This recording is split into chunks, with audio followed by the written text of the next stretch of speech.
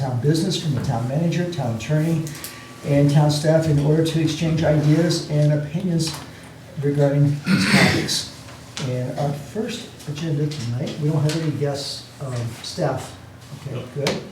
So we are honored to have guests, Rachel Freeman. I'm going to let you introduce your team. Oh, sure. And we're with Weld County. Weld County, and then this is Jan from Larimer County. And Andrea from Larimer. Yeah. Yep. And we'll go around and introduce ourselves. We'll start with David. David. Miles Baker, Windsor Town Board. Paul Redemeyer with the town board. Shane Help, town manager. Hello. Chief. Either Chief Funding Budget. Eric Lucas, Park Culture Director. Ian McCarker, town attorney. Barry Wilson, Town Board. And Ken Bennett, Town Board. So welcome, glad to have you here. Thanks. Floor is yours. Awesome. All right. Crystal was going to, you had a thumb drive, you said? Andrea has a I thumb drive if you don't Want have me to it. just put it in here? or- Sure. Who's the tech savvy person? Eric. At least you think so. Eric to the He's the high tech right next. I appreciate your help. Yeah, ready? Yeah, the high tech right next. He went to the remedial program. So these chairs are kind of wells. I know. So, just for a- Sure glad Eric's here to At the adult take care of this. Right. That was a big day when I got to start sitting at the adult table in my household. Well, thank you all for having us this evening. It's good to be with you all again. I know I see familiar faces from the last time. I worked on the, assisted with the smoke-free parks and trails effort that passed, and it is effective now, so that's fantastic. And Larimer County actually reached out to me regarding this effort, and so I'm happy to be here again, just to kind of get the Weld County perspective. And Jan will be, speaking a lot to the Larimer County perspective on it. So, And I think Andrea met some of you at an event, and some of you look familiar that I might have seen you somewhere along the way. So, I think Andrea made the connection, and we'll go No, from it's there. been great. We appreciate being invited. You probably know that our work around tobacco prevention efforts in both of our counties is funded through Amendment 35, at least in part, through Amendment 35, which comes out of the state. And we work on statewide and community-wide tobacco initiatives around reducing initiation to tobacco use among youth and among adults, and helping folks, thank you very much, helping folks be able to get to cessation services if they're seeking not to smoke, and just to reduce the exposure to secondhand smoke as well. So in this particular case, we're talking a little bit about, whoops, I think it's a few slides ahead. Oh, jeez. It's all good. Yeah, there you go. There we go. Well, there we go. we'll start over. Please start again. All right, there we go. Woo. But since we don't specifically have an overall framework to talk about youth access to nicotine, we wanted to be able to have that discussion with you tonight and talk a little bit specifically to that particular issue. So we've been doing a lot of that activity and effort in Larimer County, and we'll be sharing a little bit about where we've been and where we're going. So I'm going to turn it over to Jan. Yeah, well, this has been a really busy time in youth tobacco prevention at all levels of government, local to federal. And these activities are being driven by skyrocketing youth vaping rates, which you've probably heard, they've been in the news. There's a perplexing respiratory issues for some users, and the CDC has found out a bit more about the cause of that. But we still want people to be cautious. And then there's a changing regulatory structure in Colorado. And specifically last year, Colorado House Bill 1033 passed, making it easier for local entities to set tobacco policy without being penalized, which was the case before. If you set a local policy or license, you lost some of your state funding, and that was a real loophole that advocates have worked for and public health worked for a long time to close. So this House bill accomplishes a few main things, and I want to go into it because it affects how it affects local municipalities. Now, it's easier to set up the age for purchase of tobacco to 21 instead of 18, which was the previous age. And we'll talk about how the federal law kind of overlaps with this, or the state law. It allows you to adopt a regulatory structure and issue a license for sale of tobacco products. Colorado is one of the few states that doesn't license tobacco products, and the evidence behind licensing is strong. The evidence behind the impact of tobacco on youth and how that affects a lifelong pattern of disease is also strong. So this is an important option for you to have. And then you can also set fees and issue a license without sacrificing any share of state tobacco tax revenue as in the past. And then finally, it allows you to establish, if you want, your own countywide tax on tobacco products. However, after a local tax is enacted, then a community or municipality would lose their state tax revenue if they decide that route. And also, right now, vaping products aren't taxed, so this gives you a structure in case you decide to go in that direction or pursue it. And I want to talk about state and federal, and then Rachel will talk a little bit about some things that are coming down. These things have already happened. You may have also heard about these policy changes at the national level. So as of December 20th, 2019, the FDA made it illegal to sell tobacco to anyone under 21 in the US. And there's a domino effect of whether states or counties are gonna adopt that, but technically, it's a federal law now, and there are advantages to local laws that we will talk about. And they also set flavor restrictions on some products, but not all. And this one is really tricky. Both of these policies, they're being implemented, but especially the flavor one, they're still designing it. But basically right now it's illegal to sell fruit and mint flavored vape pods. So these are this is a vape pod, and it's most typically like what is a Juul product. If you've heard Juuls or in the news, these look like a USB flash drive. They were the #1 product that are used in the schools and that are being confiscated, and these are high nicotine levels. However, with this FDA ruling, many disposable and refillable products like these modular devices are not covered. And that doesn't mean the FDA has the option for covering these some days, someday down the road, but they've kind of given in or compromised a bit with the vape industry by not covering all these, because they think that youth are using more of the other products right now, and adults are using more of these, and I'm not sure the data supports that, or that youth support it, because we work closely with youth in finding out what's going on out there, because sometimes we don't even know the products that are out there. And all of these were confiscated from a high school, Right. including this guy. So, So Rachel, do you want to talk a little bit more Yeah. about what's going on at the state of Colorado? yes, so we felt it was important to make sure you all were aware of a bill that was introduced into the House this legislative session. It's House Bill 20-1001. This is a statewide licensing bill of nicotine and tobacco products. It would also raise the minimum legal sale age in the state from 18 to 21. Now, it is already federally 21. However, this would also just do that for the state of Colorado. Again, it was just introduced. I think its first hearing is actually on Wednesday this week.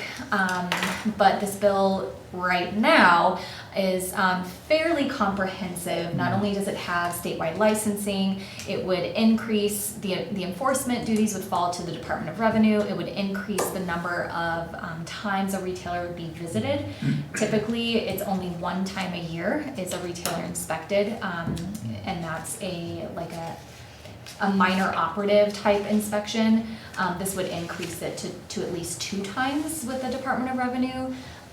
There is also some changes in zoning, or some zoning restrictions on where tobacco retailers can go. Now, there is a grandfathering in of some existing tobacco retailers. There's also some advertising restriction language. When you say zoning, do you mean Yeah. like distance requirements? Distance, schools. yes, correct, From yep, the school. yep, within, I think it's 500, I'll have to double check, but I think it's within 500 feet of a school. And then on the advertising side, it's specifically pertains to vaping and electronic devices, that no advertisements for those products could be seen within 500 feet of a school. So that's in there. So yes, that's what it's looking like right now. However, we're at the very beginning stages of that, and just some things that we like to mention is that local tobacco prevention policy is typically a much faster way to provide protections in your community. Another important thing with that too is that with local tobacco licensing, communities get to maintain that control over how they want to use the funds from a local license, and those can be directed specifically toward more enforcement efforts, education, things like that. So that's just something that is really good to consider, and state legislation is not a guarantee, so we just like to put that out there. Yeah.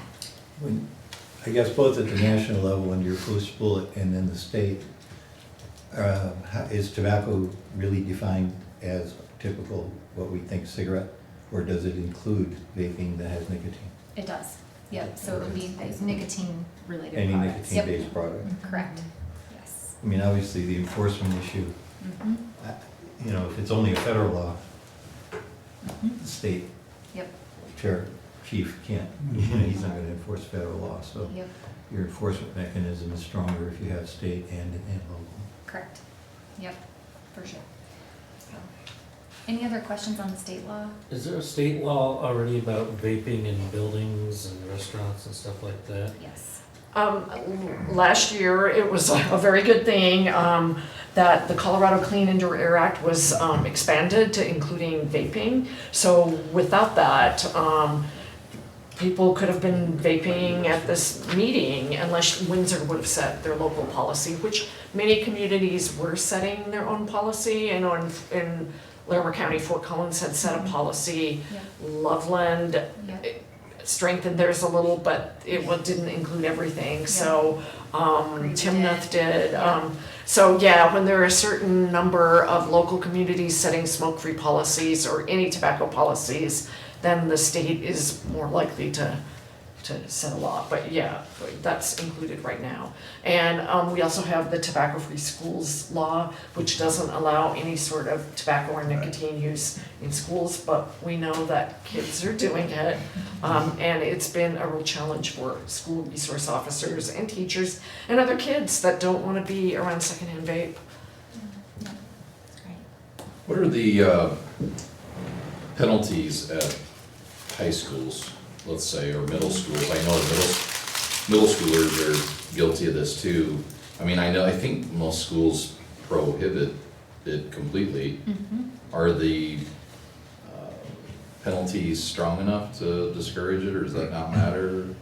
It depends, yeah, it depends on the school, it depends on the school district. I know some schools in Weld County, I can speak to Weld County specifically, they will do out-of-school suspension, or there are some schools that even have a financial penalty to using. However, these are some things that we typically discourage, and there is a program, one that we promote, and then I know Larimer County has as well. It's an in-school suspension, or an alternative to suspension, where students would kind of walk through a digital curriculum of just kind of helping them reassess life choices, and then also provide the student with cessation support or those types of resources to be able to quit.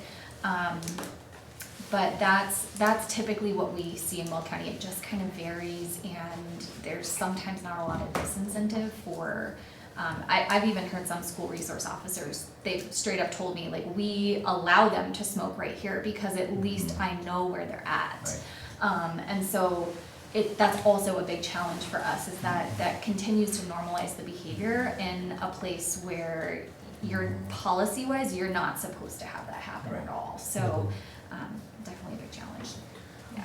I've heard some, and I think PSD does this, do they consider it like drug paraphernalia now? Mhm. Because a lot of them you can't put THC, Mhm. you know? Exactly. Yep, some of our school districts have also kind of moved in that direction as well and will penalize it as such, Hmm. when found. Take a quick look, it is 500 feet from a school. Okay, cool, yeah. And then I guess, Paul, it used to, existing, they would penalize the minor with a $100 fine. Yes. It would be a minor offense for the minor. Mhm. And I think they feel like that's probably impacting kids when it didn't need to be. Mhm. But now that you have a licensing at the retail level, now you can go after the retailer. So they're Yeah. doing away with the misdemeanor, minor offense, if you will. Mhm. And I think the manufacturers have stepped up to say they would support the higher age. I don't know about Yes. retailers, you Yep. know, Yep. but that might be a different story, but the industry itself, Mhm. They have, yeah. yeah. So you make reference to it, but to me, the real kind of crux of the discussion is, like really, how much of our youth are actually using vaping products, right? Like, 'cause this does seem like a clear kind of gateway into nicotine and that addiction. So you make reference to it as far as vaping increasing and it's higher here, but do you guys talk a little bit more to that? Just more like, Sure. what are we seeing in Weld and Larimer counties? Yeah. And I can skip to that slide and we can come back to this other one, because I think that is very pertinent. Yeah. Okay, cool. Yeah, so Colorado boasts the highest e-cigarette or vape use rate among young people. And I know that Weld and Larimer, ours is a little bit lower in terms of high school students' rate of use, but it's around a quarter of our high school students have used an electronic device in the last 30 days. So that's what it equates to for us, and I think Larimer's at like 32%. 32%. Of high school students have used the product in the last 30 days. So can you compare that to how many of those what percentage have actually smoked a cigarette in the last 30 days? I can speak to Weld County's number, it's 17% of high school students, and so we're definitely seeing that marijuana use and electronic smoking devices or e-cigarettes are much higher. And then, so that's in Weld, and then Larimer, do you know what it is? I don't know offhand, I was thinking it was Yeah. more like 12. I think it's around 11 or Yeah. 12% it's not- for not- cigarettes Yeah, compared it's to not high. vaping products, which is. Why is Colorado so high? You think it's Couple of seen theories. There's more than one theory, yeah. is it seen as a not as serious as marijuana type product? I think marijuana legalization definitely has something to do with it. We were very early adopters as a state for widespread recreational use of marijuana. Additionally, Colorado is typically used as a test market state for the tobacco industry, and so a lot of times newer products actually roll out onto the market here before they would be seen in the rest of the nation. And so we've had some Philip Morris products like their electronic cigarette devices, Mark 10, I don't even know if it's still on the market, but they tested it here several years ago, and before that was even widely available, so I think too there's just a normative thing with it. Do you have anything else to add? Yeah, I mean, that's one of the reasons we're coming forward to local licensing or state licensing, because we don't have a license. And youth get these products a variety of places, and the retail setting is one of those places, one of those key places. They get them from friends, Yep. some even get them from parents. This won't affect online sales. The FDA ruling has some components of online sales, but what we want to do is to be able to hold adults in our area that sell tobacco accountable, because we know youth get them there, and with increasing the age of 21, that will help. When we look at tobacco control, it's not just one thing we look at. We look at this will help this, and it strengthens this. And if you have clean indoor air laws, that's a component. If you have strong families, that's a component. If you have schools doing alternatives to suspension, it all works together, so there's not one answer. But we figure there's enough for the whole community to work on to resolve this crisis. And when we come to community leaders, you have the opportunity or are charged with looking at or implementing a local license if you choose to go that route for your community. So is that really kind of the crux for tonight? Are we really talking about the licensing, or are you guys also talking about Yeah. banning flavored products, adding additional taxes? Yeah, so what we kind of were tasked to do, and I'm just gonna describe what was in that last slide, because I think that kind of leads us into that next conversation. Is we are, after the passage of House Bill 1033, our Board of Health in Larimer County took an interest in writing a resolution around the raising of the legal sales age to 21 and the encouraging communities to consider a local retail licensing structure. And within that local retail licensing structure, there can be a lot of different provisions that communities can decide to include, or the communities can jointly decide to include, which, yeah, it's, I think you have this in your packet, and that, we'll touch on that in a bit. But what we were, since that time, since the passage of the Board of Health resolution, we met with our Board of County Commissioners, and they were very supportive of us going around and having discussions with all our municipalities and our leaders, and engaging with stakeholders, including stakeholders like retailers who are selling these products and youth who are impacted, most dramatically by these products, to talk about what's the lay of the land and what are people interested in, what do they know about, what are they considering, or have they even had conversations about these things.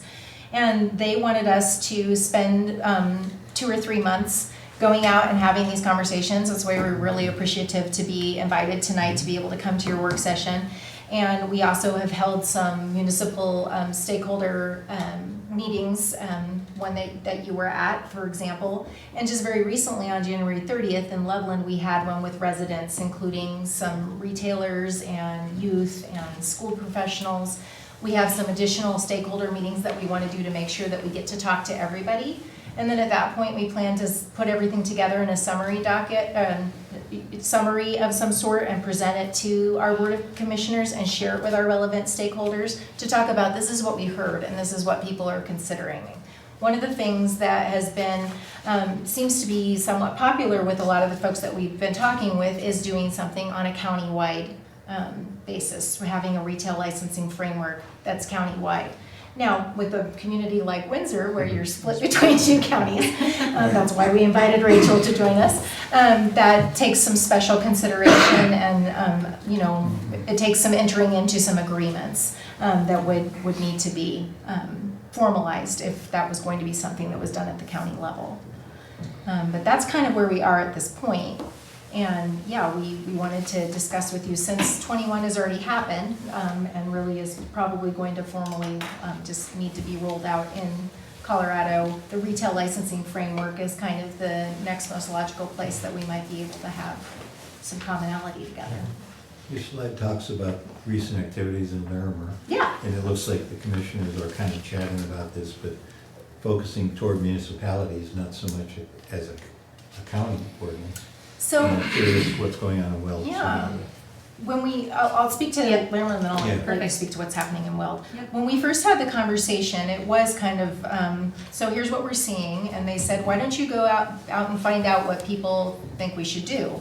And since we've had some of those conversations, both at the municipal stakeholder meeting that we had, and we also have met with, Jan's been working closely with the city of Loveland. We did a work session with the city of Fort Collins. We've heard kind of some variables, but we have heard, hey, we would be interested in doing this consistently as a county. So that is something that we are getting some feedback on, that we will take that feedback to the commissioners. But they were not of the opinion of this is what we should do or shouldn't do. They said go out and find out what people are saying and thinking about this. So on the Weld County side, our Board of County Commissioners has not prioritized this to the extent that Larimer County has. There currently it's not on their radar to address it from a county level at this time. However, my executive director, Dr. Mark Wallace at the health department, was supportive of me coming tonight to kind of hear what you all thought about this, and just kind of get that input to be able to bring that to the Weld County Board of County Commissioners. So it's not completely off our radar. However, it hasn't been prioritized by our board at this time. I always think of retailers as like, we see smoke shops, tobacco shops, but are there major, like, I saw a statement from Walgreens, but I remember seeing them behind the counter at Walgreens, but then I saw, have they been taken down? Are there other major retailers besides these mom and pop shops, so to speak? Gas stations. There are a variety gas of stations. people who sell tobacco, but part of having a license is so we know who's selling it. Right. Because we did some assessment even in Loveland, and it's like, oh, there's a hookah shop here that we didn't know about, or we get a listing from the state, and it's pretty accurate, but we don't totally know. But you're correct, that it might be a supermarket, it might be a pharmacy or a drugstore, which is kind of ironic. It might be a smoke shop, or it might be a gas shop, a gas station or convenience store, or a vape shop. But a lot of times we don't even know who's selling. We ran the numbers in Windsor, and it looks like there were 23 Yep. retailers that you have, and 3 of those are in Larimer, and the rest are in Weld. No, but so how did you identify those? There's a state system, a state tool that the state health department has, and what they do is when somebody has a violation of selling to a minor, whether it's through the state doesn't have a license, but if it's an FDA check or a Department of Revenue check, they will map it or plot it out. So it's not super current, So but we If they're on know the who list- sold. It's pretty if they're on the haphazard. list, Yeah. they were bad. Yeah. You might Yeah. notice in one of our bullets, we say only half of known retailers. It's Yeah. because we don't have a great structure because we don't have people apply for a license, we don't know the number. Yep. It's kind of Were there a any best parameters? guess. Were there any parameters on the licensing fee that municipalities can charge? Any limits, restrictions? For just if you were to do it locally or the state, no, to whatever You're it would be to authorized. cover the cost of, enforcement efforts or education or, that sort of thing. So we've seen a variety of different, There is as Costs. low as something like $25, Yep. and there is as high as something like $1,500. And part of it is with Tabor, you can't charge like a It's lot not a more money because it has to sort of equal Mhm. or be equal to your cost for enforcement, the cost of a minor operative, if you do education or a program with that. And Yep. then you have a town clerk that would have some administrative fees, or possibly, depending on who enforces it, if it's law enforcement, you would need to cover that cost. If you come up with a model of somebody else doing that, there are a few counties in the state like Denver that have a health department doing it, that's kind of new. And then sometimes people might even contract, but I don't know how you do your enforcement and what works locally. But, And just so the board's aware, at least one discussion we had was, it may be harder to do enforcement or licensing each municipality, but it may be better under a licensing contract under Larimer. And I actually said, geez, what's Weld County doing? We're, divided house here. But I think at least conceptually, if the town entered into an IGA with Larimer County, there's no reason they couldn't do enforcement on the Weld County side. I mean, as long as it's a town IGA, I don't think there's any jurisdictional issues with that. And I think it would be, whether it was Weld County or Larimer County, I think the town would be wiser if we did want to pursue that, to just contract with one. I don't think it makes sense to split up that enforcement. So anyway, that is a possibility. We could bring it in-house, but I think Chief's gonna probably say, well, geez, I need somebody to do that, and is that really worth the program? And so anyway, I think there's, if the board wanted to pursue this, I think there's more than one way to achieve the rate. There it is. How close are the commissioners to making a decision on this? So the commissioners at this point are really just waiting for us to bring the information How back to them. close are you to getting ready? Yeah, I think we have probably 2 or 3 more stakeholder meetings that we're going to do online primarily in March, and then we will look to get on there. I would think that at some point in March, we would probably go visit with them again. Is part of that presentation or analysis also, I guess, the scientific or medical research that has shown impact. Yes, and they have already been given they've been given the data and the statistics and some studies around raising the age of sales to 21 and things like that. They have seen quite a bit of the data in the early presentations that we've given them.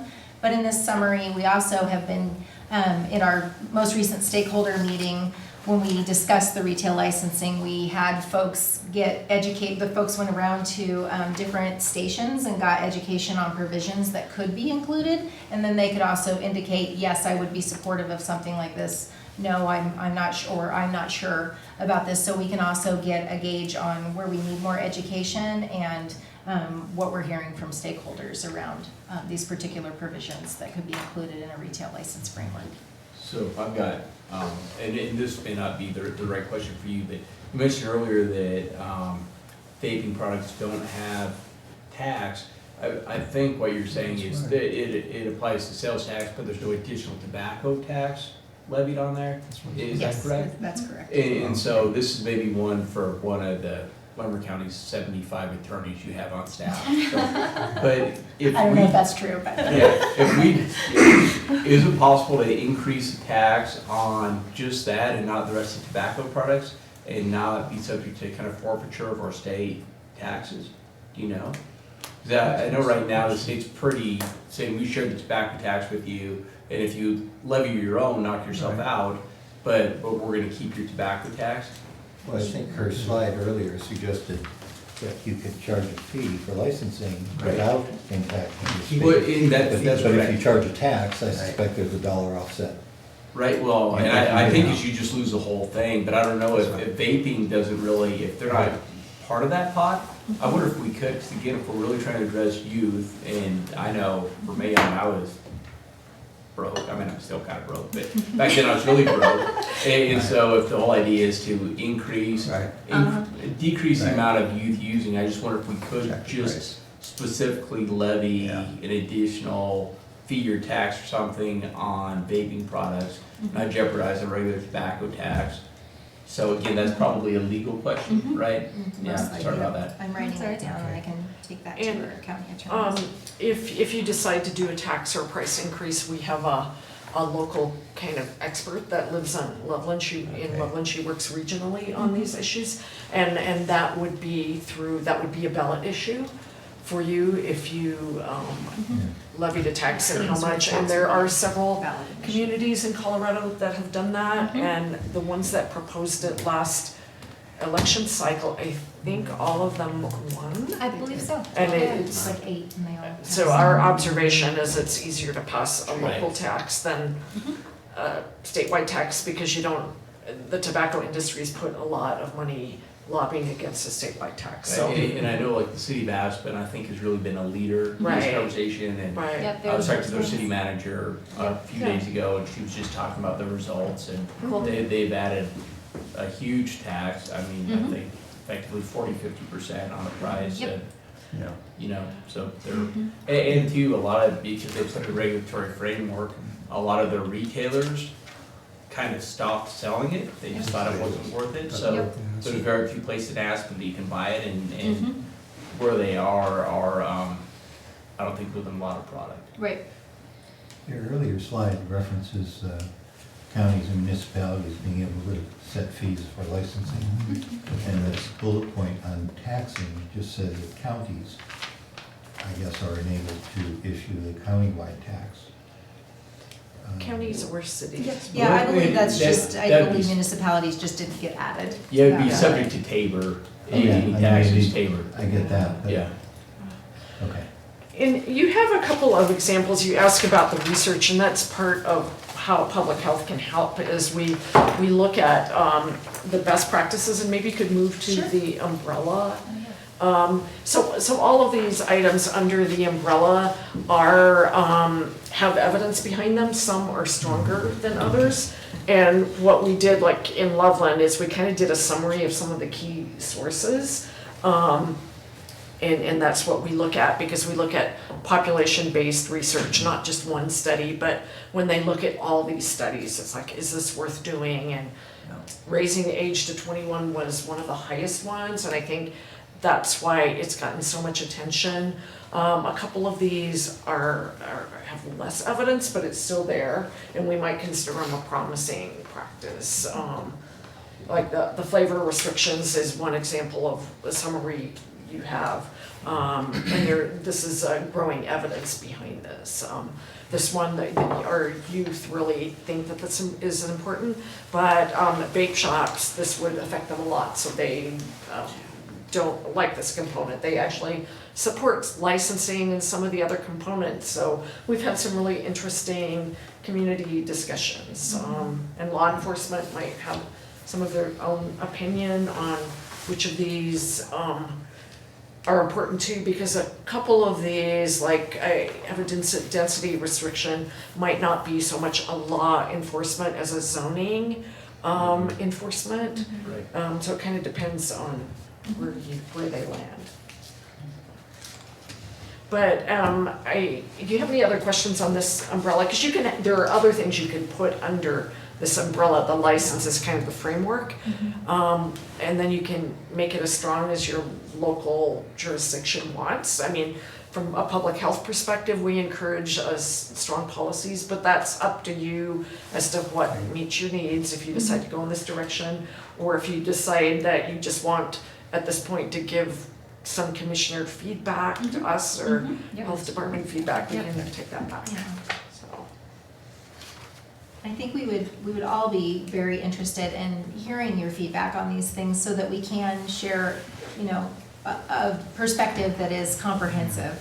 I know what some of the folks have said. I know that there are other people we still need to talk to. The stakeholder engagement process, for example, we know law enforcement is one of the groups that we definitely want to make sure we have our own educational session with them and get to hear their thoughts and feedback on these activities, because that's an important perspective as well, and we haven't had that well represented yet. So we definitely would love to hear what it is you have questions on, what things you'd like to know more about, and take that information I have back. a question on, as you raise the age or increase costs in licensing, do you see a black market developing for these? Or I know some 18-year-olds are the dealers at the high school, but as you raise the ages, does that create a black market and it really doesn't reduce the use? Or?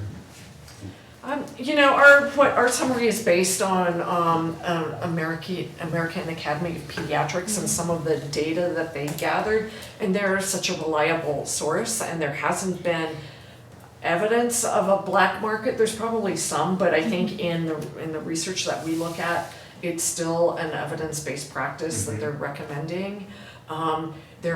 I think especially when a policy is new, people are gonna figure out ways to get through the loopholes, and then once they get used to it, it becomes the norm changes. Yeah. It wouldn't be enough to thwart the prevention effort, so to speak. I know when New York City raised their taxes, and then Chicago as well, there was a little bit of, concern, but then also some of that black market activity going on, but it definitely didn't do enough to, I guess, thwart those prevention efforts of what the policy was, so. So I don't know, we haven't really talked about this as a board. What I'm hearing is you're reaching out, finding out personal information. Montgomery County is maybe a little further along in their thoughts about what a county is. There'll be some advantages that the counties did for consistency. I don't know, just in general, where we are in terms of interest. Those in the details, but just in I would general. definitely support the county do licensing, and I would be interested, how the revenue, if Windsor would now become part of a education effort and all of that, make sure we benefit from what the county's doing, and also raising the age limit. I think that's a good idea. So again, I think Dill's in the details, but I think trying to read people, I think they have interest in seeing where this goes.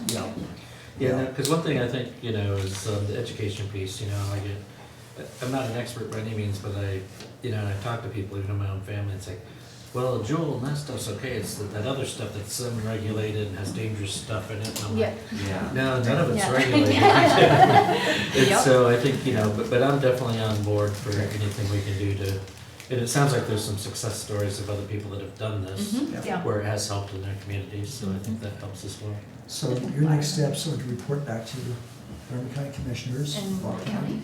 And I'm assuming we'll hear, at some point, we'll hear back about what the counties are going to do. Yes, we would love to be able to share back the summary when we're done with our stakeholder engagement activities and any additional outreach that you want to do to us, and we can potentially put you in touch with the right people. Judging from the comments and body language, we have interest in seeing where this goes. You know, so we're not ready to make any decisions by any means. So if I can add, the board wants to hear whether you're not licensing, would you like us to like take a look to see if Windsor could be included in something like that? I mean, again, not to commit anything, or is this, What could? if Windsor could be a Yeah. part of the county's licensing? Yeah. Yeah, I think that's a structure, understanding the licensing and the enforcement. You know, what burden is that putting on chief or perhaps not? Maybe it is a county level.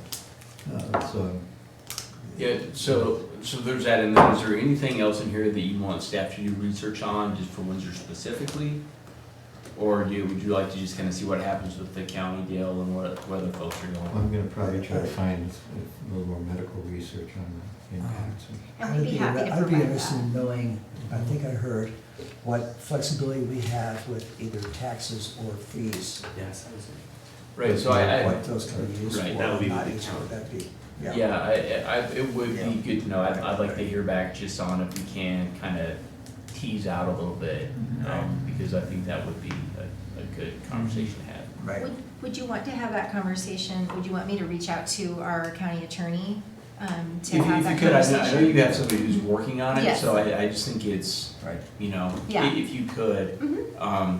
because again, you know, tobacco is already taxed really high, and I think that was like one of the big reasons for that, right? And you Right. kind of put it on, you make it inexpensive for youth. Mhm. So I think we could go with the same kind of model. And then again, if 100% of the taxes go to education for tobacco cessation, great. You know, it doesn't need to be a revenue stream. Let's just, you know, kind of fight it. Right. Who would be the best person for us to share that information? Would it be with you? Please. Yeah. Thank you for taking the time to Yeah, come and thanks talk for with us. having us. Thank you for the work you're doing, appreciate it. Thank you as well. We do have another presentation, we're going to show the time, but Abraham. Thank you Mr. very Abraham much. Guzman? Yeah, Please. you have some guys. Welcome. And you have a friend with you? Yes. We'll let them clear out. Medical Come on up.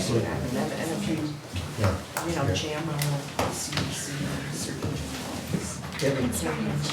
So some of them, Thank you, ma'am. look, these are good. So. We, Thank you guys. do they have a presentation? Might have been the Parks and Recs culture meeting, I was in, because, we These were don't talking about have Charles hot Parks. links on them, but you can. No, I They understand. didn't show us a lot of the health, she was banking. Over Well, I that. might look at this. You didn't get one of those anymore, Yeah, I guess. well, to me, it's really the conversation is, you know, what's happening here, how are our kids I'll let you introduce him. jumping into this, and it just becomes a lot more when you stay, it just happens to stay. Yeah. But I think when you think about your own kids, your own youth, and what's happening, it just makes it a little bit more powerful and. Oh, here we are. Yeah. Okay, I see. That's what I think. I think Shane, are you introducing Abraham in this presentation? I'd be happy to, I'm sorry I've never met Abraham. He Well, what thought I- you did, he thought you did. no, what I I- got it set up. This is He was the, actually set up by me. I'm the one There who you go. requested that he come. Oh, did you? Okay. Mr. Kozlowski and I were doing the Project Citizen at the high school, and this was, what, a couple months ago? Yeah. I want to say in December, I want to say it was in December. Yeah. It was in December. And your instructor, I believe, was a part of that, and he came up to us and he said, I have a gentleman who did his own Project Citizen initiative, but his class did not pick him to come before the whole judging, and so he didn't get a chance to present in front of us, but the teacher said, I'm very surprised that he didn't get picked, because he has a topic that's applied to Windsor, you know, recently, this last summer with the blue-green algae, and so I had said, well, let's try to get that presentation before us, so that's where, so welcome. So, I'm Abraham Romero, and I wanted to present to you the bacteria, and some of the possible solutions too. And there's a mouse right there. So Yes, right on the over here. table. On the table. Abraham is over here on this. Oh, table. sorry. Okay. He's good. So the bacteria is classified as cyanobacteria, and it's also commonly referred to as blue-green algae. And the way it forms is irresponsible use of fertilizer from farmers, and also dumping cooking oil down sinks and drains. It's what it does to the human body is it affects and damages our nervous system and our kidneys when consumed, and it can also act as a skin irritant when contacted, and it can be more harmful to our pets and lethal. So the three solutions I'd like to present to you today are going to be the solar bee, and then we can also add more vegetation around the lake and use safer fertilizers, and our last would be a process called dissolved air flotation. The first one we're going to look at is dissolved air flotation. So the way it works is it traps all the bacteria in the water into air bubbles, and it floats it to the top where the machine then skims it off. This is a really good option because it gives a really thorough cleaning, and it's really safe. The only drawbacks is it could easily reach millions with all the construction, the piping, and the installation of the filtration systems.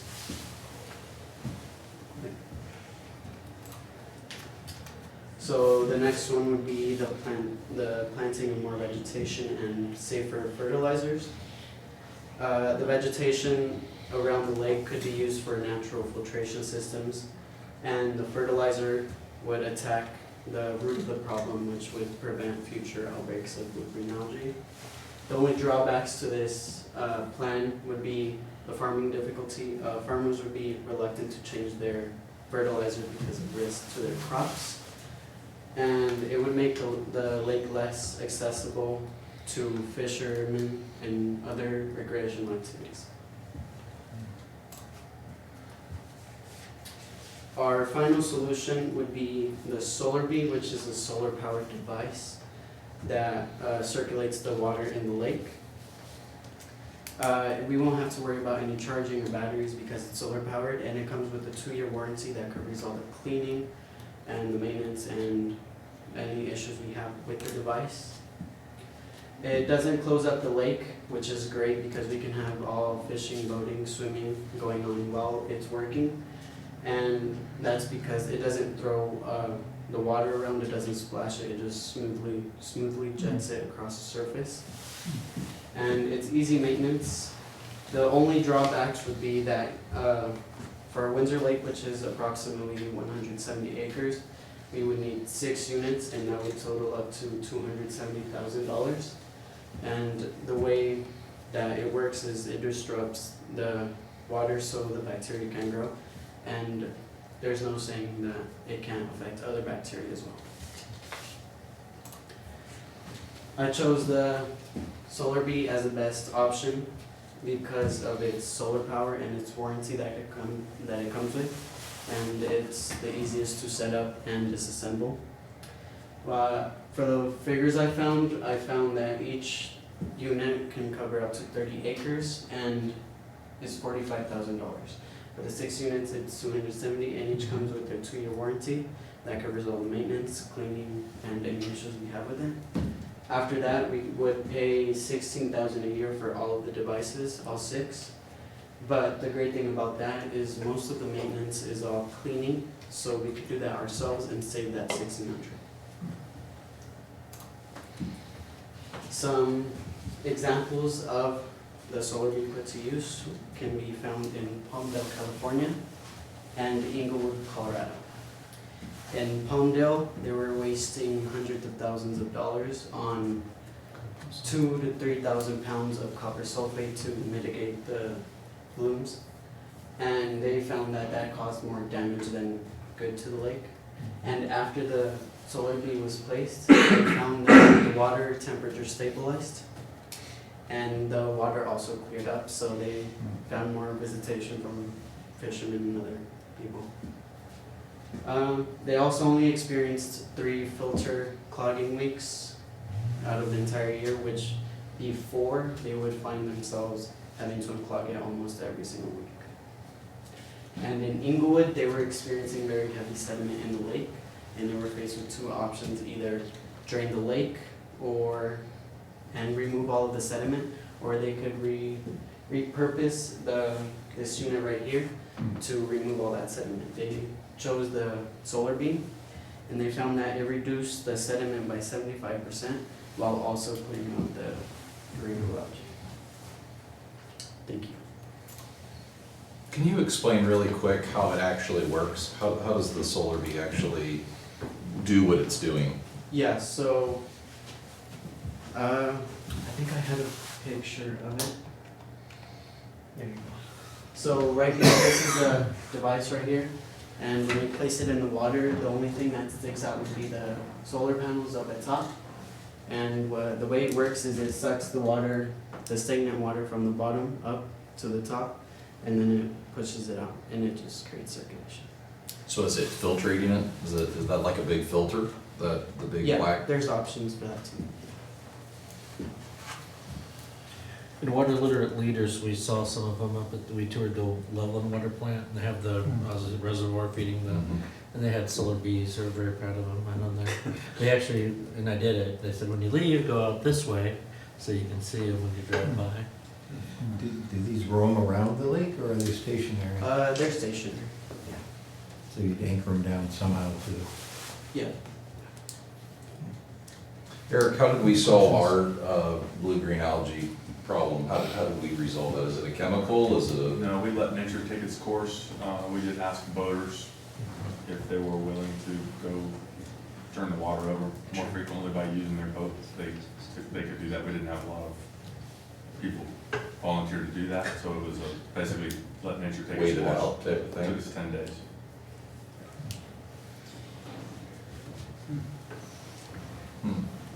Thank you, sir. Yes. Very Thank good. you. Can hold a Could you- bake sale to raise $270,000. My notes said Abraham Guzman, so I apologize, it's Abraham Rivero. Yeah, I have 2 lessons. Okay, wonderful. We are very impressed with the work you've done, that's quite a statement. And we do from time to time have some issues there, and one of the things, there's multiple options on how we address that, so it's good to have this information. Yes. Really appreciate your work. Thank you. What are you planning on after high school? Well, right now, actually, I already graduated. Right Okay. now, I'm just working and waiting until fall when I go back to university. Where are you going? MSU down in Denver. Okay, good for you. What are you studying? Excuse me? What are you studying? I'm not entirely sure, but I know I do want to go into something psychology based. Okay. We got some subjects here you can learn. No, sincerely, thank you very much.